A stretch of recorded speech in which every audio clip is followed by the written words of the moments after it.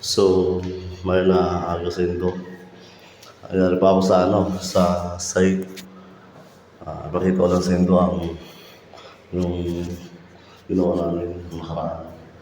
So, nilagyan na po namin ng fittings yan.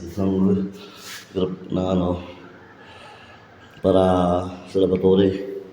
So, hindi talaga may iwasan talaga na minsan nagkakamali. Yun talaga buhay construction.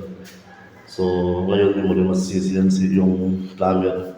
Kasi nga ito, medyo mataas na ito. 1 meters to, ang taas. Ayan. Kaya, ito nga po, ang mali dito. Problema po na dahil dito yung sa, malayo. So, andyan po yung tubo. Dapat to, sa pantay lang siya. So, yun nga po sinabi ko na 1 meters yung taas.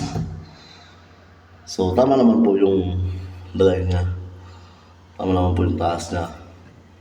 Problema, kailangan talagang taasan siya. Taasan. Medyo mababa po kasi yung abang niya para sa drain. So, ngayon, bukas papayos natin kay Kuya Tony sa plumber natin.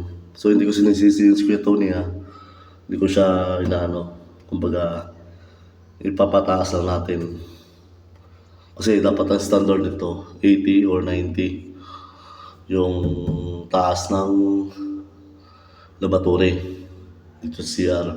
So ngayon, dahil mataas yung may-ari nito, mataas yung asawa ng may-ari kasi foreigner po yun. So ginawa po natin na 1 meters yung taas ng ng laboratory. 1 meters po yan. Kaya ito, lilipat po natin, tataas po natin yan. So yun lang guys.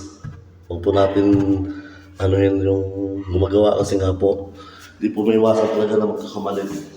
Hindi naman po yan sa sinasadya.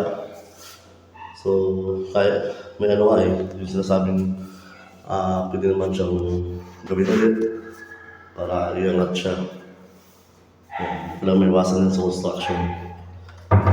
Kahit sa kabinet sa amin, kahit sa kabinet, ganoon din. Hindi may iwasan yan. Yun po. Yun lang guys. May mga kasi ito.